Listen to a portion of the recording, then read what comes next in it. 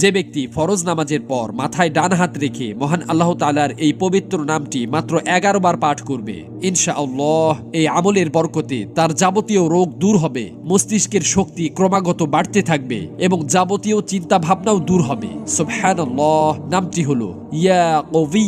যে ব্যক্তি ফরজ নামাজের পর মাথায় ডান হাত রেখে মহান আল্লাহ তাআলার এই পবিত্র নামটি মাত্র 11 বার পাঠ করবে, ইনশাআল্লাহ এই আমলের বরকতে তার যাবতীয় রোগ দূর হবে, মস্তিষ্কের শক্তি ক্রমাগত বাড়তে থাকবে এবং যাবতীয় চিন্তা ভাবনাও দূর হবে। সুবহানাল্লাহ নামটি হলো ইয়া কওয়ি।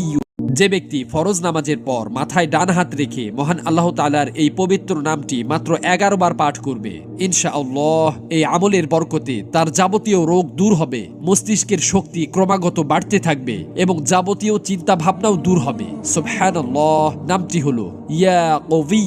যে ব্যক্তি ফরজ নামাজের পর মাথায় ডান হাত রেখে